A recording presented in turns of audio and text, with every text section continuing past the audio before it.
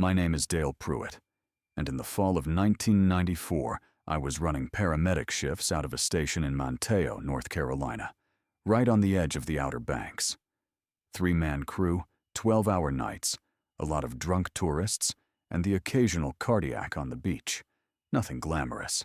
The kind of job where you drink bad coffee and stare at the radio, waiting for it to talk. The call about the missile silo came in on a Thursday. Not a medical call. Dispatch patched through a property management company out of Raleigh who needed someone to do a welfare check. Standard stuff. A man named Gerald Foss had purchased an old decommissioned Atlas F missile silo about 14 miles inland, off Highway 64 near Alligator Lake. He'd been out there doing an assessment before listing the property. That was 6 days ago. Nobody had heard from him since. Now, welfare checks aren't really a paramedic's job, but the county was short on deputies that night, and the property company was insisting something felt wrong. My partner, Connie, stayed with the rig at the highway turnoff. I took the jump bag and a mag light and walked the access road alone. The road was crushed gravel, maybe a quarter-mile long, cutting through low scrub pine that smelled like salt and something older, like wet concrete. Baking in heat it didn't earn. October on the Outer Banks is still warm, but the inland air was different.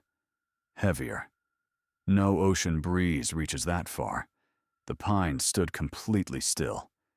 The silo site was surrounded by a chain-link fence, the old government kind, with the faded yellow warning signs still bolted to it. The padlock on the main gate had been cut. Not recently. The cut edges had already started to oxidize.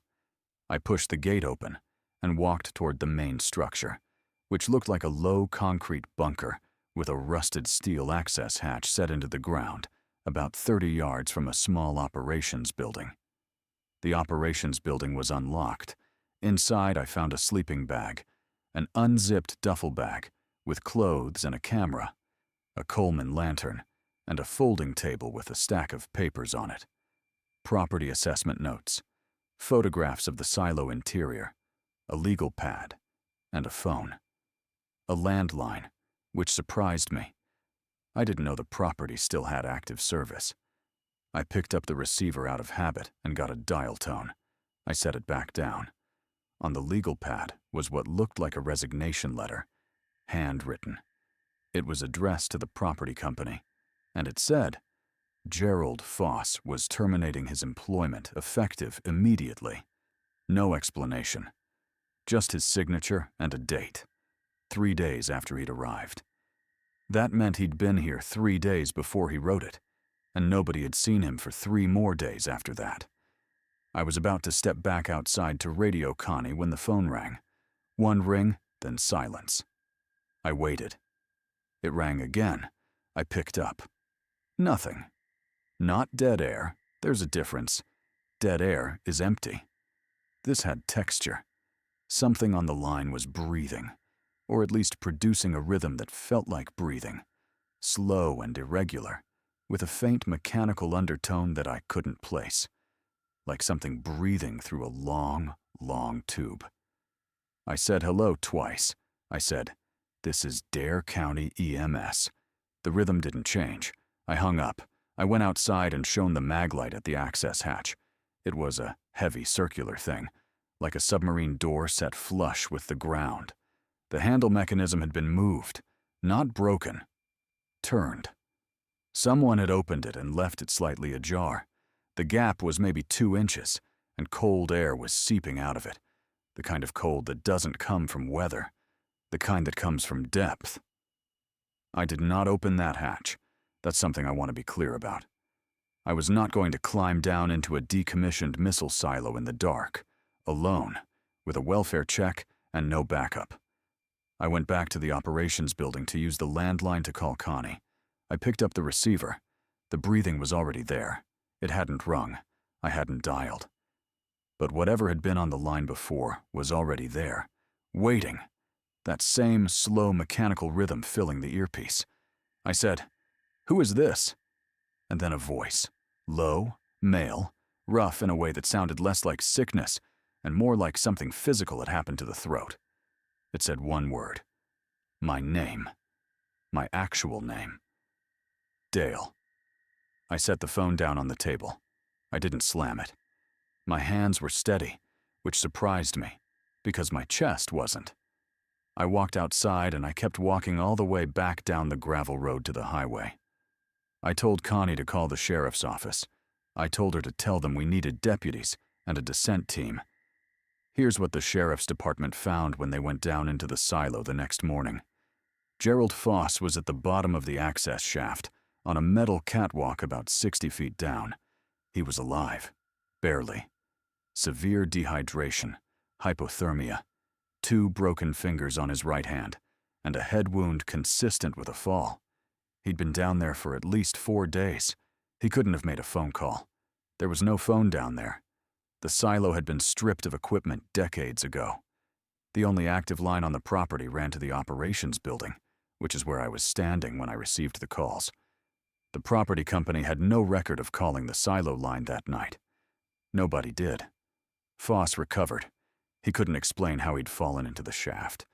He said he remembered walking out to the hatch to take measurements, and then nothing until the rescue team was pulling him up. He was missing 4 days, and had no memory of any of them. I filed my report. I wrote what I found, what I heard, what I did. I left the phone calls in the report because they were relevant to the timeline of my actions. My supervisor read it and told me, very quietly, to remove that section before it went to the county. I didn't argue. I was a 26-year-old paramedic, and I needed the job.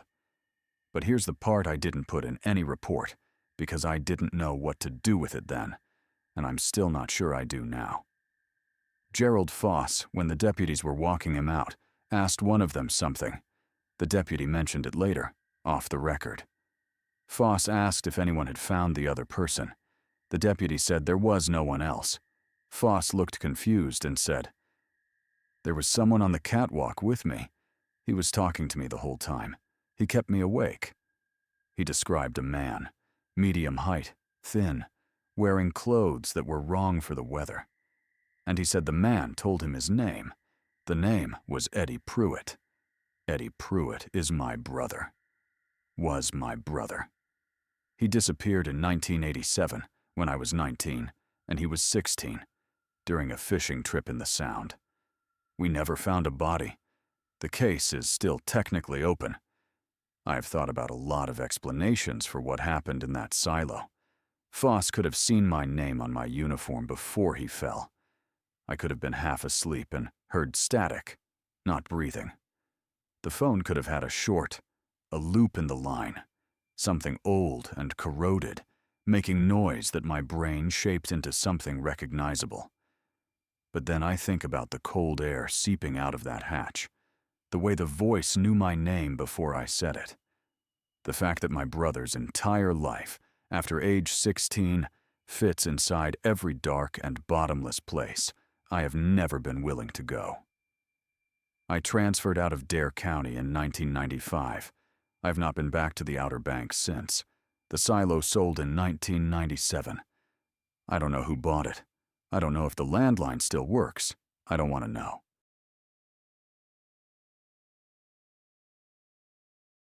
I've been a librarian for going on 22 years, first at the Salt Lake County branch, and then out here at the small public library in Moab, Utah, where the canyon walls turn everything orange by 4 in the afternoon, and the wind sounds like something breathing through a keyhole. I moved to Moab in the fall of 1986, right after my divorce was finalized, and I needed a place to stay while I found something permanent. A colleague of mine, Darlene, who ran the periodicals desk, told me about a guest house attached to a working cattle ranch about 14 miles south of town on Route 191, the Hargrove place. She said the owner, a man named Eli Hargrove, rented out the small adobe guest house on the property to short-term tenants. Quiet people. Nothing loud, no pets. She said it was cheap, and that the canyon views were worth whatever slight inconvenience the remoteness brought. I called the number she gave me, spoke to a woman who I assumed was Eli's wife. She didn't introduce herself, and arranged to drive out the following Saturday. The property sat back from the highway behind a cattle gate and a long gravel drive lined with tamarisk trees. The main house was a wide, low ranch structure, adobe and wood, with a rusted tin roof. The guest house was maybe 40 feet behind it, separated by a packed dirt courtyard with a single cottonwood tree in the center. It was small, a main room, a kitchenette, a bathroom, and a separate bedroom. But the walls were thick, and it was cool inside even in the afternoon heat, which in September was still brutal out there. Eli Hargrove met me at the gate. He was a tall man, late 60s, with the kind of face that looked like it had been left out in the sun for about 50 years. He was polite, showed me the guest house, explained the water heater, told me where the circuit breaker was. He said I could use the shared laundry room in the back of the main house on Tuesdays and Thursdays. He said there was one rule, just the one. The room at the end of the east hallway in the main house, the one with the green metal door, was private. Family storage. He'd appreciate it if I stayed out of that wing entirely. I told him that was fine. I had no reason to go into his house at all. He handed me a welcome packet. It was a manila envelope, the kind you'd use to mail a manuscript, sealed with a brass brad. He said his wife put one together for every new tenant. Inside there were hand-typed pages, a local map, the trash pickup schedule, the phone number for the nearest mechanic in Moab, notes about which burners on the gas stove ran hot. Tucked at the back, almost like it had been slipped in as an afterthought, was a single index card. On one side, in a different handwriting than the typed pages, smaller, tighter, like someone writing in a hurry, it said, "If you hear music from the main house at night, do not go toward it. Do not knock. Do not open any door. Go back inside and stay there until morning." No signature. I read it twice, turned it over. The back was blank. I told myself it was some kind of local humor. Maybe Eli liked to play his radio loud at night, and the previous tenant had been annoyed by it. I set the index card on the kitchen counter and started unloading my car. The first 3 weeks were unremarkable. I drove to the library each morning, ate dinner alone most evenings, read paperbacks on the small covered porch, while the canyon walls went from orange to purple to black. The stars out there were something I hadn't been prepared for. No light pollution, no ambient glow, just a sky so dense with stars it looked almost solid. I slept well. The thick adobe walls kept sound out and kept the temperature steady. I was starting to think Moab might actually be the right call. The music started on a Tuesday night in early October. I was in bed, maybe 11:30, reading a Mary Higgins Clark novel I'd checked out from my own library. The power had been flickering. There was a thunderstorm moving through the canyon, the kind that comes without much rain, but with constant low lightning that turned the sandstone walls white every few minutes. I heard it between 2 thunder rolls, faint enough that I initially thought I was mishearing the wind. A melody. Slow, repetitive, played on what sounded like an electric organ, that particular hollow, pressurized sound that organ music has, like it's coming through a speaker that's slightly too small for the room it's in. I sat up, listened. It was coming from the main house. The rhythm was steady, patient. Not a radio, no static, no announcer, no shift in volume. Whatever it was being played live or looped on a tape. I thought about the index card. I thought about how strange it was that Eli had never mentioned it, had never said, "Oh, by the way, my wife put a note in there. Ignore it. I just like to play music at night." I got up, went to the kitchenette, looked out the small window that faced the courtyard. Every light in the main house was off. The music kept playing. I went back to bed and lay there for 2 hours listening to it. It never changed tempo, never resolved into a recognizable song, just cycled through the same slow interval like something counting. At some point I fell asleep with it, still going. In the morning there was no sound at all, and the main house looked the same as it always did. Quiet, shaded, the truck in the driveway, the chickens moving around in their run near the barn. It happened again the following Thursday, and then again the Tuesday after that. Always after 11. Always from the direction of the main house. I started paying attention to whether any lights came on. They didn't. Not once. I mentioned it casually to Eli on a Thursday morning when he was checking the water pressure at the outdoor spigot. I said I'd been hearing what sounded like music at night and asked if everything was all right. He didn't look up from the spigot. He said, "It's nothing to worry about. You go back inside when you hear it, right?" I said yes. He nodded like that was the correct answer to a test and went back to what he was doing. I drove to the library that morning and pulled the county property records. The Hargrove Ranch had been in the family since 1941. There'd been a structure fire in 1979, the original guest house, not the one I was in. The records listed 3 previous tenants in the current guest house between 1980 and 1986. I found one of them in the Moab phone directory, a woman named Patricia Clegg, who'd rented the place in 1983. I called her from the library's back office that afternoon. She answered on the second ring, and when I told her I was currently renting the Hargrove guest house, she went quiet for a moment before she said, "Did he give you the envelope?" I said yes. She said, "Good. Listen to what it says. Don't go toward the music. I made the mistake of going once. I don't talk about what I saw through that window. I left the next morning and I never went back for my deposit." She hung up before I could ask anything else. That Saturday night, just past midnight, the music started again. I was already awake. I'd been sleeping badly since the call with Patricia Clegg. I was sitting at the kitchenette table in the dark with a glass of water. The melody came through the courtyard, steady as a pulse. I did not move toward it. But from where I sat, I had a direct sightline to the main house's east wing through the kitchen window. And that night, for the first time, I saw something. The green metal door, the one Eli had pointed out, the one he'd told me to stay away from, was open.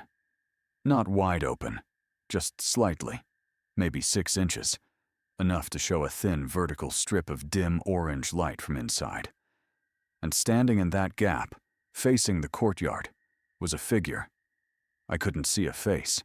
The orange light was behind it, so it was just a silhouette, narrow and very still. It was holding something at its side. I sat there with my water glass halfway to my mouth, not breathing. The figure did not move for a very long time. The music continued.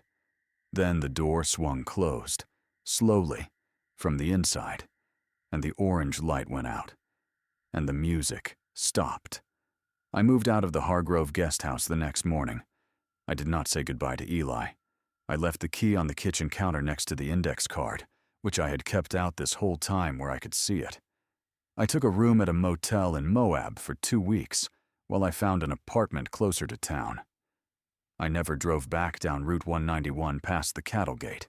About 6 months later, I was shelving returned materials in the local history section, VHS tapes we'd been collecting of canyon area oral histories, things recorded by the County Historical Society in the early 80s, and I found one labeled Hargrove Ranch, 1981, Oral History Project. I watched it that afternoon on the library's player. An elderly woman, identified on screen as Ruth Hargrove, BY 1909, sat in a chair in what looked like the main house living room and talked about the ranch's history for 40 minutes. She talked about the cattle, about the drought years, about her son Eli's childhood.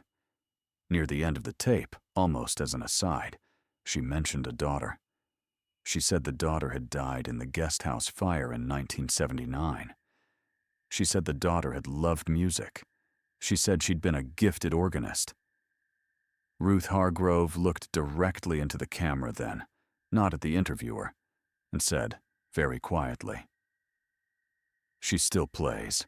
We leave the door open for her on certain nights. We've learned it's better to let her finish." The tape ran out 9 seconds after that.